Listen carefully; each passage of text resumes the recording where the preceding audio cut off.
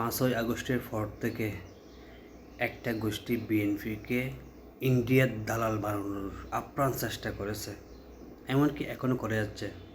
কিন্তু মাননীয় প্রধানমন্ত্রী তারেক রহমান যারা বিএনপিকে ইন্ডিয়ার দালাল বলার চেষ্টা করেছে তাদের গালে জুতার বাড়ি বেড়েছে। ফর দ্য ব্যারেজ সেনার সাথে স্বাক্ষরিত হওয়ার পর এটাই প্রমাণ করে বিএনপি কোনো দেশের দাসত্ব করে না। বিএনপি দেশের সাথে জনগণের সাথে বন্ধুত্ব করে, কোনো দাসত্ব নয়। আমাদের একটা প্রশ্ন আছে, নির্বাচনের আগে বর্তমান বিরোধী দল ইন্ডিয়ার সাথে গোপন মিটিং করেছিল। আমরা জানতে চাই এই গোপন মিটিংয়ে বাংলাদেশের বিরুদ্ধে কি তারা তাদেরকে প্রতিশ্রুতি দিয়েছে, তাদের সাথে কী চুক্তি করেছে সেটা জনগণের কাছে প্রকাশ করুন।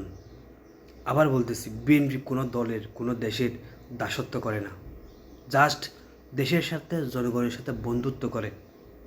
দাসত্ব আর বন্ধুত্ব এক নয়, মাতামুটারা।